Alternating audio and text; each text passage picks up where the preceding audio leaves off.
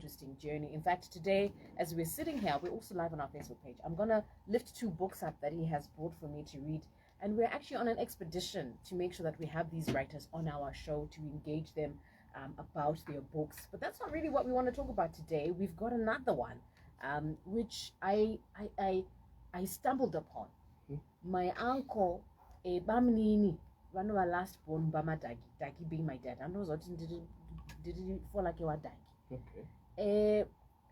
Dagi, Mbama Baba wangu, vana they're 11. Last born, ironically, anonzi Amen. Vanafunga mbuya nasekuru wangu atambozama. Closing the chapter.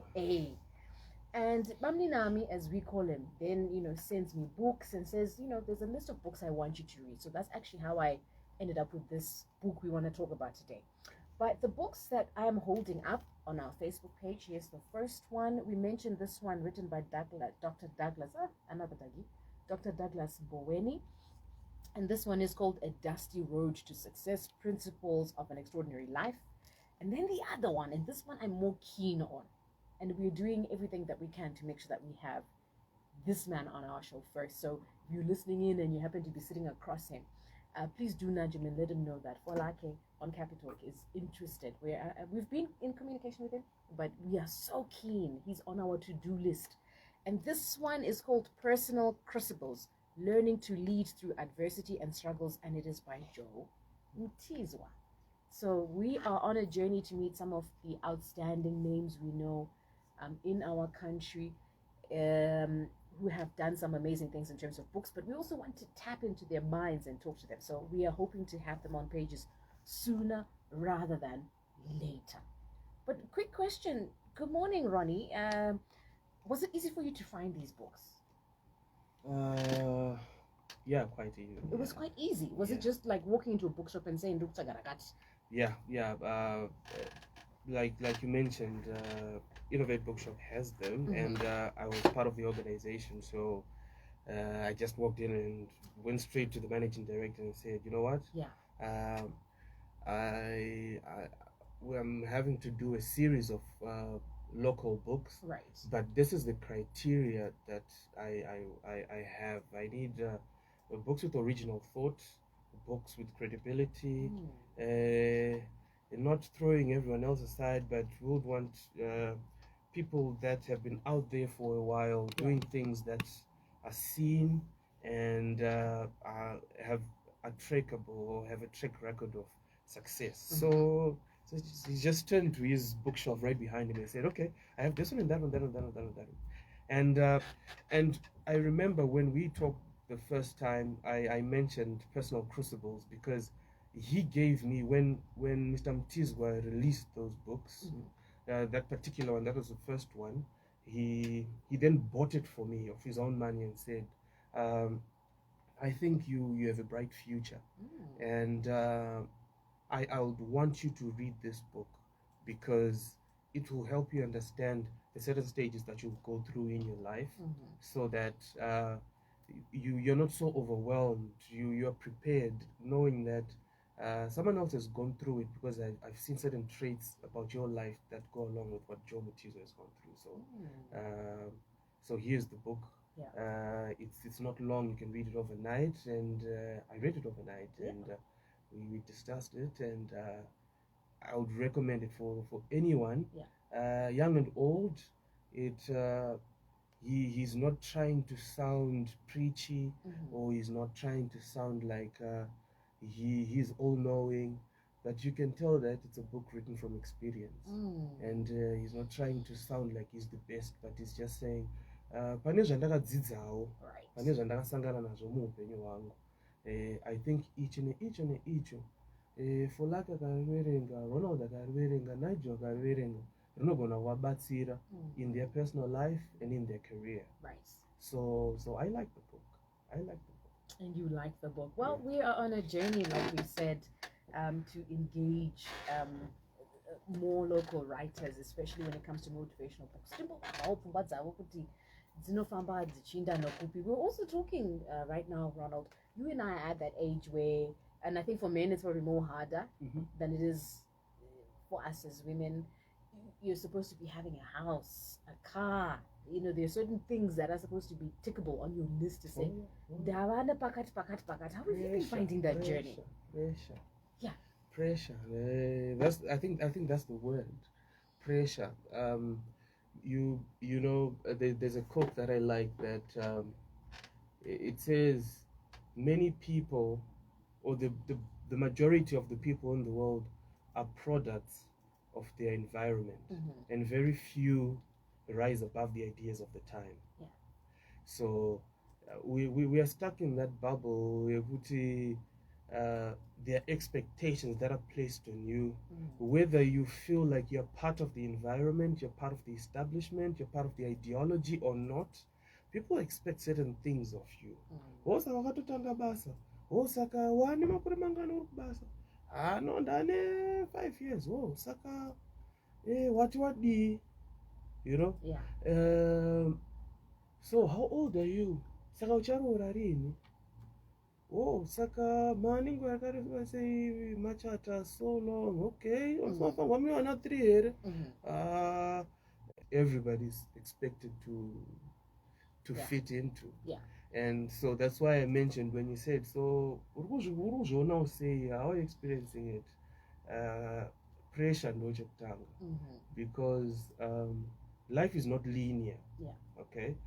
That's what I've learned, and it's one of the ideas that John Chiswell expresses. And life is not linear. Linear as in we from 1, 2, 3, 4, 5, 6. It follows a certain sequence, right? But not necessarily does that. We expect it to happen in that way because that's what we've been taught. Right. But life teaches a different lesson. That you may be qualified, but you might not get the job. A person who's not qualified might actually get the opportunity and turn out to be better without the qualifications, but may have the heart and the desire to learn and be a revolting person. No, straight as a toda patodira. Ina ngangonzi ndotanga napa ndizonanga neuko aiwa life yangu.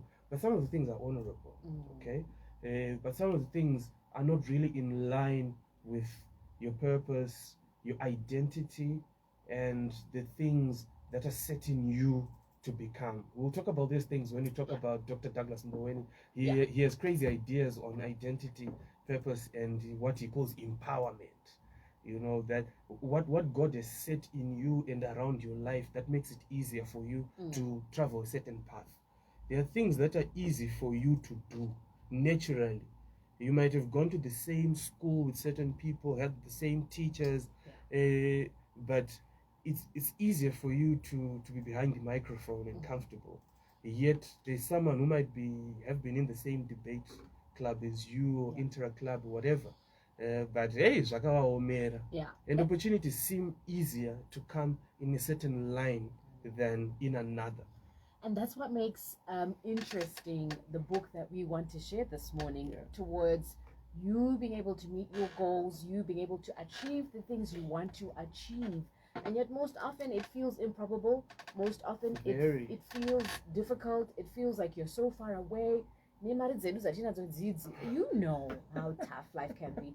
300. There are some people right now who are having to make a living from 40, from 60, from $80. And yet it's still somewhat expected of you to have a home, to be able to do some things. The book we're going to be sharing with you is one interesting one, and we're going to be tapping into it in a minute.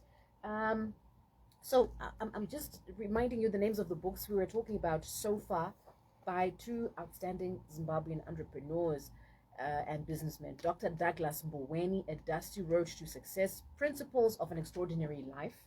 That's the first one. And the second one is Personal Crucibles, Learning to Lead Through Adversity and Struggles. And that one is written by Joe Mutizwa. It's Capital 100.4 FM, Harare's Happy. I need you to grab a seat right now. We're about to get into today's book, which I also thought was life-changing.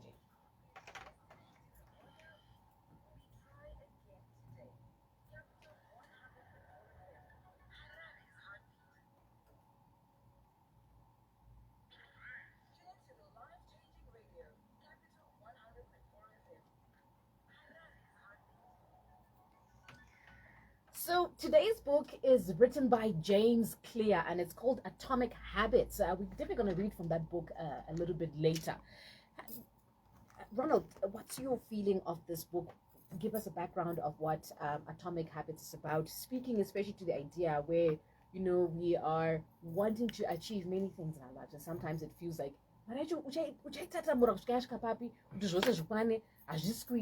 but somehow James Clear seems to have a theory figured out, almost a scientific formula, if we can put it that way, about how we can achieve what we want to achieve, no matter how little the step you take or the investment you have to get towards finishing that house, getting that degree, for example. Yeah. From this book, what sticks out is the simplicity of it, firstly, and like if you read other books about habits, they're very technical. They talk about neuroscience, the neural patterns that are happening in your brain as you build certain habits, how to break them, and things like that. And it, whilst they're truths, communication is not just about telling the truth. It's about telling the truth in a way that you communicate and the person understands, so that they take action on the communication. So I like that about James Clear. Atomic Habits, just anyone who did physics or chemistry would know, even just science would know, when you say atomic, we're talking about small things. So he's explaining that in our lives there are things that we consider insignificant. We consider them too small to demand our notice or attention or awareness. But those are the ones that are important, because the big is made up of small constituents. If you take care of the pennies, the dollars will take care of themselves. You don't need to take care of the dollars, you need to take care of the pennies and the cents. So the small things about our lives, there's so many, our lives are made up of 1,001 details, and he's just trying to change our perspective.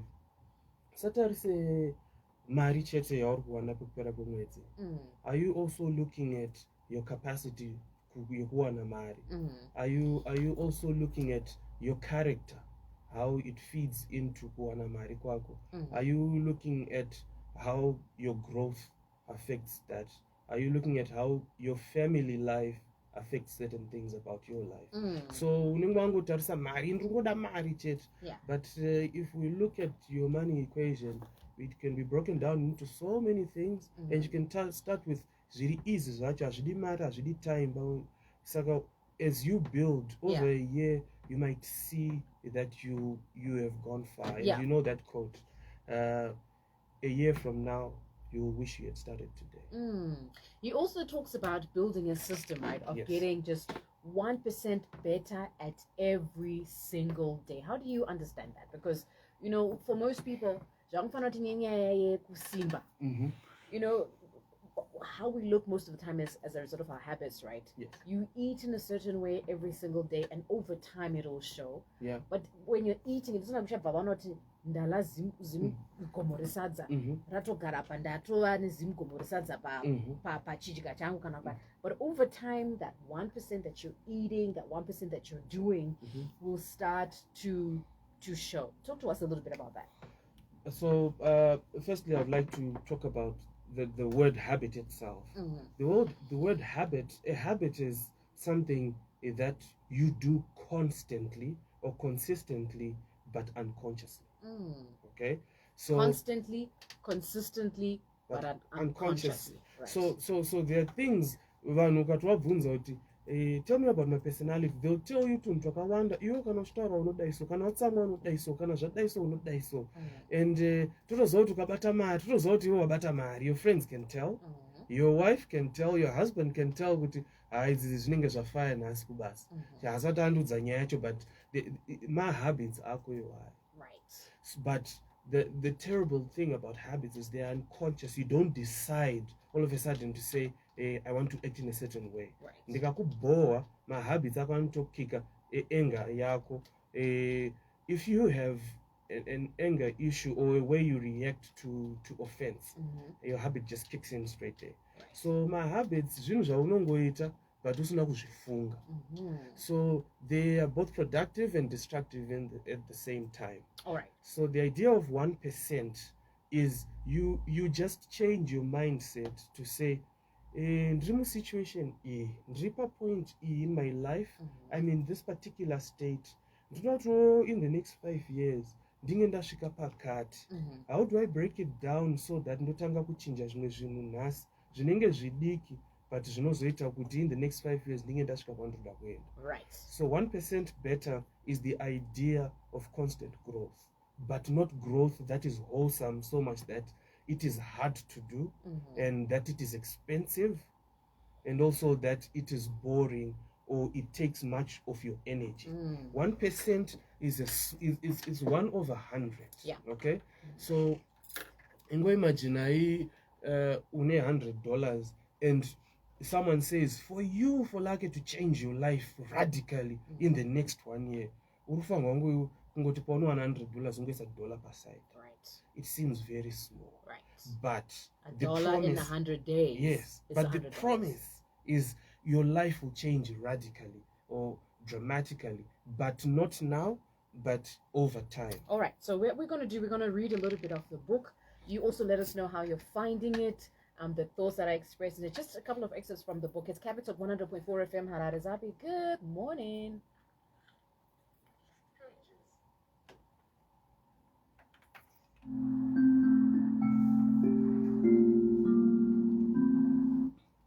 Atomic Habits, James Clear.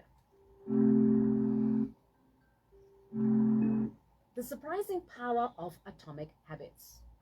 The fate of the British cycling changed one day in 2003. The organization, which was the governing body for the professional cycling in Great Britain, had recently hired Dave Brailsford as its new performance director. At the time, professional cyclists in Great Britain had endured nearly 100 years of mediocrity. Since 1908, British riders had won just a single gold medal at the Olympic Games, and they had fared even worse in cycling biggest races, the Tour de France. In 110 years, no British cyclist had ever won the event.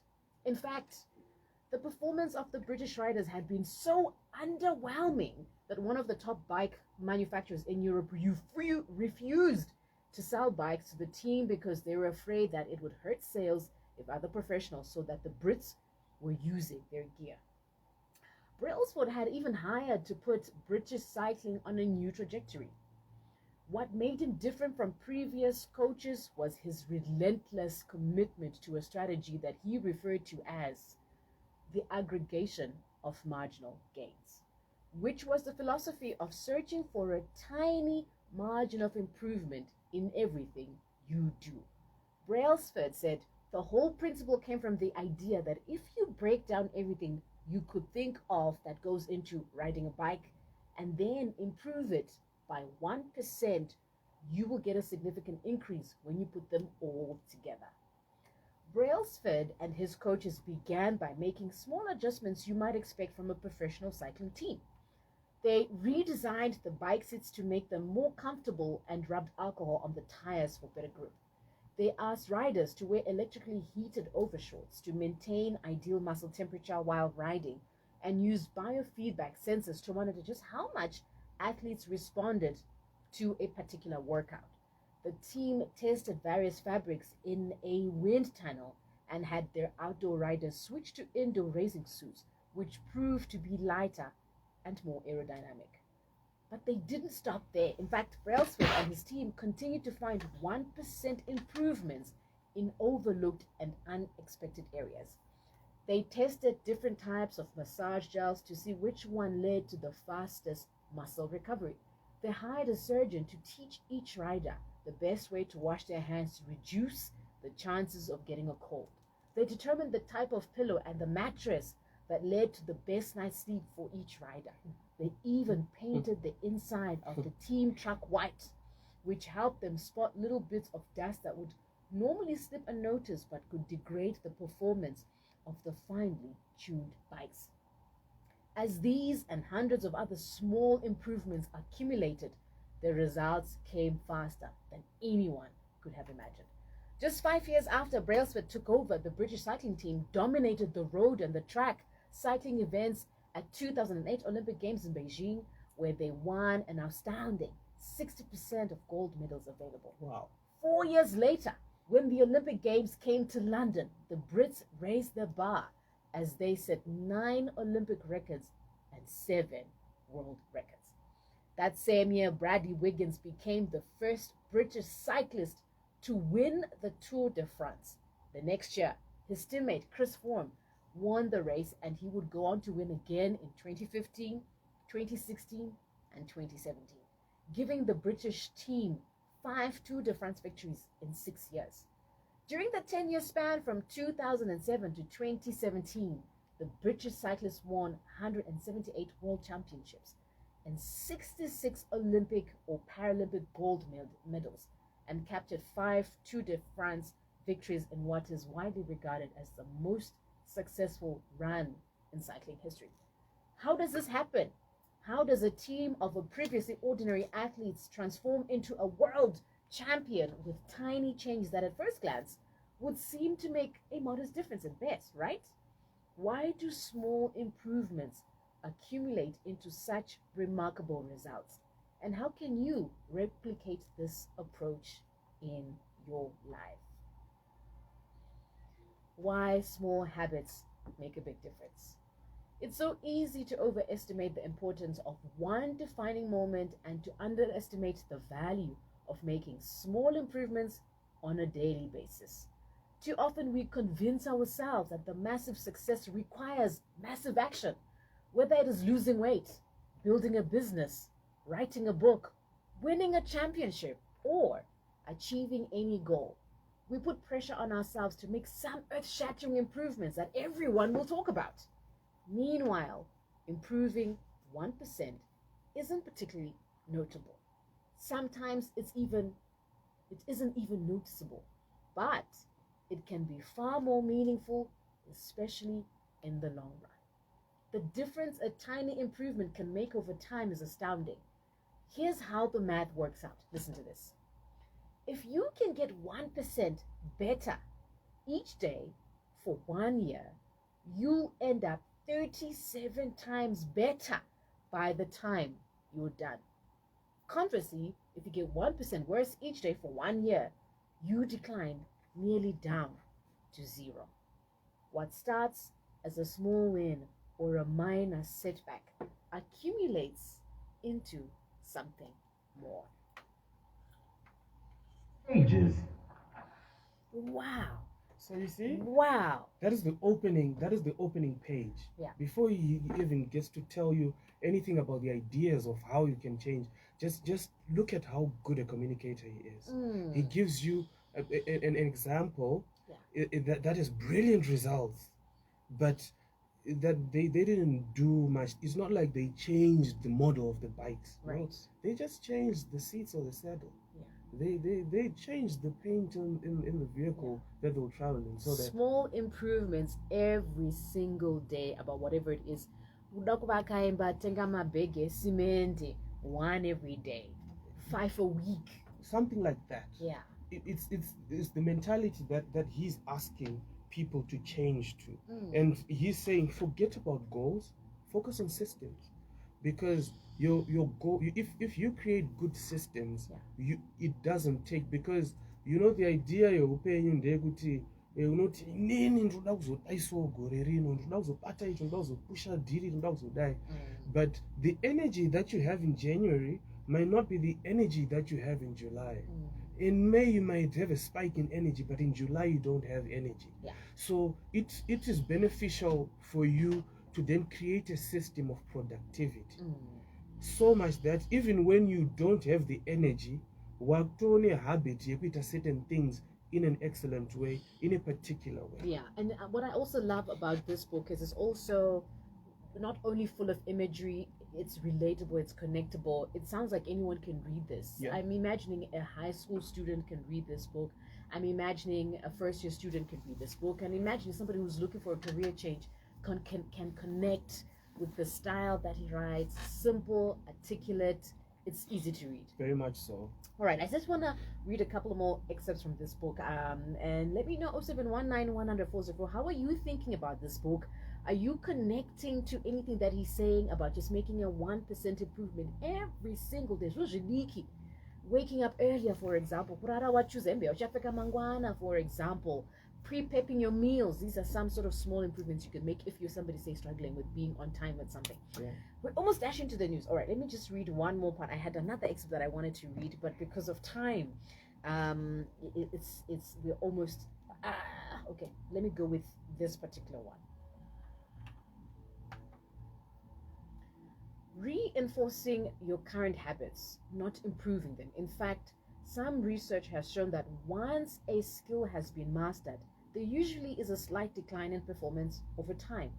Usually, this minor dip in performance is no cause for worry. You don't need a system to continuously improve how well you brush your teeth or tie your shoes or make your morning cup tea. With habits like these, good enough is usually good enough. The less energy you spend on trivial choices, the more you can spend on what really matters. However, when you want to maximize your potential and achieve elite levels of performance, you need more nuanced approach. You can't repeat the same things blindly and expect to become exceptional. Habits are necessary, but not sufficient for mastery. What you need is a combination of automatic habits and deliberate practices. Habits plus deliberate practice equals mastery. It's Capital 100.4 FM. Halad is up. It's 10 o'clock. With that, we go to the news.